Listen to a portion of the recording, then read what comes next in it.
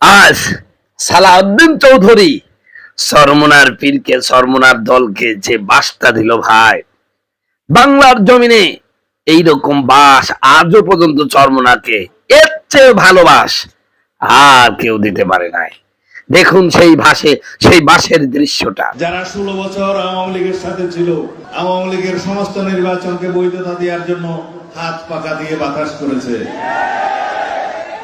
তারা বলছে বাংলাদেশের নির্বাচন নাকি অনুপাত হারে হতে হবে উভয় পক্ষে। জিন্দগিতে কোন নির্বাচনে তারা কখনো একটি আসনও পায় নাই, একটা মেম্বার চেয়ারম্যানও হইতে পারে নাই। শেষ পর্যন্ত একটা সিটি কর্পোরেশনের নির্বাচনে আওয়ামী লীগের অধীনে নির্বাচনে গেছে, সেই নির্বাচন আমরা বর্জন করেছিলাম। সেখানে একটা দমতম মোবারক শহীদ হয়ে গিয়েছে। আমরা সবাই আমাদের সকলের দাঁত হেফাজত করুক, আমিন। আমরা বলেছি যারা আপনারা আওয়ামী লীগের সহযোগী ছিলেন, আরো কি পরিমাণ আই খেলা ভাই দেখছেন ভাই, কমসি সহ সামান্যতম পরিষ্কার না করে কমসি সহ পুরা কমসি সহ দিয়ে দিয়েছে। সবসময় তাদের যেই বিএনপির জন্য যে সালাউদ্দিন ফখরুল ইসলাম আলমগীর এই চরমনার পীর সাহেবের দরবারে আমরা দেখেছি নির্বাচনের আগে বসে থাকতে,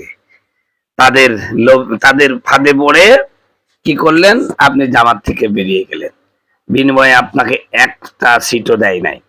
4টা হুজুর, জমিয়তে উলামা ইসলাম 4 হুজুর বিএনপির জন্য কি না করলো, সেই 4 জনের একজনকে তারা পাশ করাই নাই। সম্মানিত বন্ধুগণ, আমার ভাইরা, ওরা কিন্তু পাশ করালে পাশ করাতো। ববি হাজ্জাজ, যেখানে আমরা রাত 12টা পর্যন্ত দেখলাম মামুনুল হক জিতে আছে, রাত 12টার পরে ববি হাজ্জাজ পাশ করলো। এই জন্য কয়েকদিন আগে বিএনপির একজন স্থানীয় নেতা বলল, হুজুর কোন এমপির কথা বলছেন? রাত 12টার আগের এমপি, রাত 10টার আগের এমপি না রাত 10টার পরের এমপি? আমাদের তো আবার 2 ধরনের এমপি আছে, রাত 10টার আগের আর রাত 10টার পরের। তো যাই হোক, নিজেরা যেহেতু এইভাবে এমপি হলেন, চরমনা পীর সাহেবের 2-1টা এমপি নিতে পারতেন, চরমনা 2 ভাইয়ের একজনকে তো নিতে পারতেন, আবার জমিয়তের একজন নিতে পারেন, নেন নাই। তারা আলেমদেরকে টিস্যু হিসাবে ব্যবহার করছে। টিস্যু কোন সময় লাগে? পায়খানা করার পরে ওই মুছার পরে টিস্যু কি করে, টুক করে ফেলে দেয়। চরমনাইকে ঠিক টিস্যু হিসাবে ব্যবহার করেছে, করে ফেলে দিয়েছে। ফেলে দেওয়ার পরে ওই নোংরা টিস্যু আবার যখন উঠতে চেয়েছে, তখনই আমাদের সালাউদ্দিন চৌধুরী তিনি উল্টা করে বাসটা ভালো মতন দিয়ে দিয়েছে। এমন বাসটা দিলেন যে বাসের ভাই কঞ্চি সামান্য কাটা হয় নাই। তো এর দ্বারা একটা মেসেজ আমি চরমনাকে দিতে চাই, হে চরমনার ভাইরা, কার পিছে দাঁড়াও, কাকে খুশি করতে চাও? আজকে জামাতের সাথে রাজনৈতিক সমঝোতা করেছিল, থাকলে 2-5টা সিট পাইতাম, 2-5টা সিট পাইতা।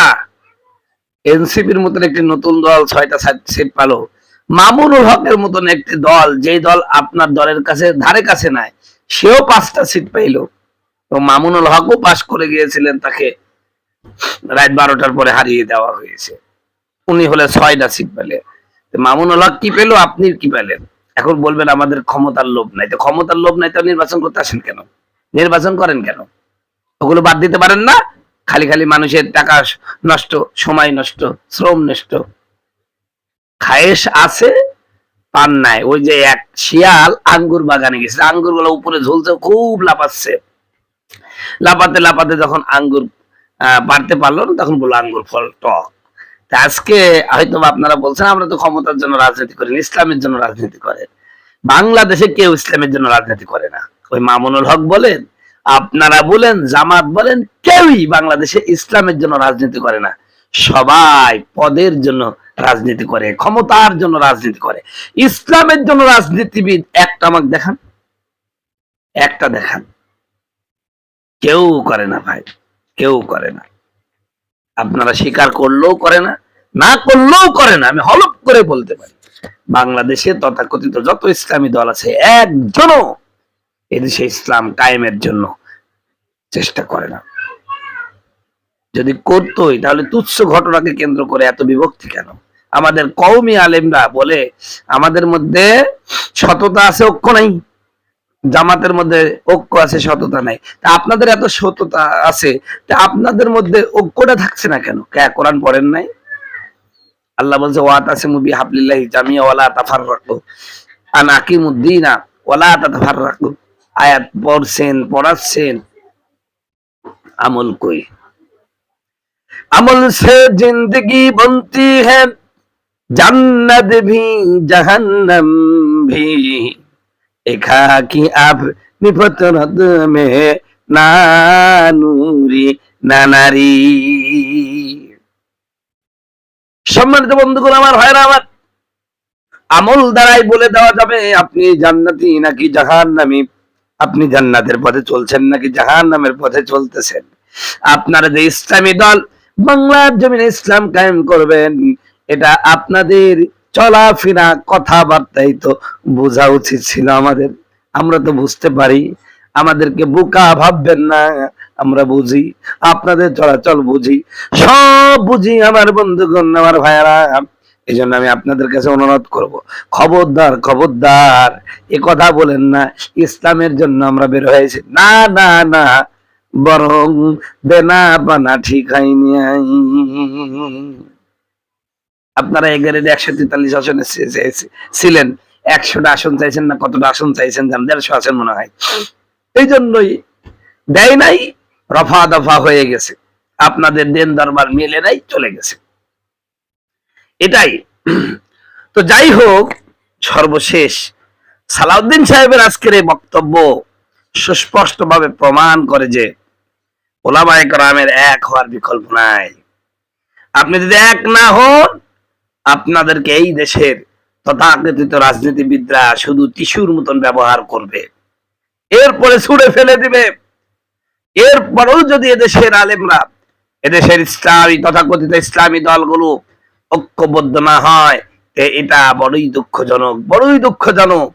এই জন্য আমি আপনাদের প্রতি উদাত্ত আহ্বান জানাচ্ছি, আসুন ওয়াতাসিমু বিহাবলিল্লাহি জামিআ ওয়ালা তাফাররাকু, এই আয়াতের উপর উদ্বুদ্ধ হয়ে সকলে মাসলাক যার যার, ইসলাম সবার, এদেশে ইসলাম কায়েমের জন্য আসুন আমরা সকলে ঐক্যবদ্ধ হয়। সম্মানিত বন্ধুগণ, আমার ভাইরা আমার, আমি প্রত্যেকটা দলের, প্রত্যেকটা ব্যক্তির অসঙ্গতিগুলো আমি আমার চ্যানেলে তুলে ধরি। অনেক সময় বিএনপির পক্ষে বলি, মনে করে বিএনপির পক্ষে বলি, আসলে বিএনপির পক্ষে বলি না। অনেকে মনে করে জামাতের পক্ষে বলছে, আসলে আমি জামাতের পক্ষে বলি না।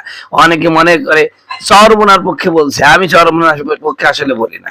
আবার অনেকে মনে করে চরমোনার বিপক্ষে বলছে, আসলে আমি চরমোনার বিপক্ষে বলি না। অনেকে মনে করে আমি বিএনপির বিপক্ষে বলি, আসলে আমি বিএনপির বিপক্ষে বলি না। অনেকে মনে করে আমি জামাতের বিপক্ষে, বিরুদ্ধে কথা বলি না, আমি জামাত বিরোধী নই, জামাতের বিপক্ষে নই, আমি অসঙ্গতির বিপক্ষে। এই অসঙ্গতি আমার বাবাও যদি করে, আমার মাও যদি করে, আমার সন্তানও যদি অসঙ্গতি কাজ করে, আমি সেটা প্রতিবাদ করি। আর এই প্রতিবাদ সহ্য না করতে পারে অনেকে নেতার গায়ে লাগে, অনেকে দলের গায়ে লাগে, আমাকে হুমকি দেয়, মামলা দিয়ে আপনাকে বেগতিক অবস্থা করে দেব। আমি এটা ভয় পাই না। আমি অসঙ্গতিগুলি তুলে ধরি, যেটা ন্যায় সেই কথাটা বলি, যেটা অন্যায় সেটা বলি, যেটা অন্যায় এটা ন্যায়। কালোকে কালোই বলি, সাদাকে সাদা বলি, সাদাকে কালো বলি না, কালোকে সাদা বলি না। অতএব আমাকে ভয় দেখাবেন না, ইনশাআল্লাহ ভয় দেখাবেন না। সাথে থাকেন, সঙ্গে থাকেন। আমার ভুল হলে কমেন্টে বলেন। ফোন করে জ্বালাবেন কেন? ফোন করে জ্বালায়েন না। ফোন করেন মাহফিলে দাওয়াত দেওয়ার জন্য করেন।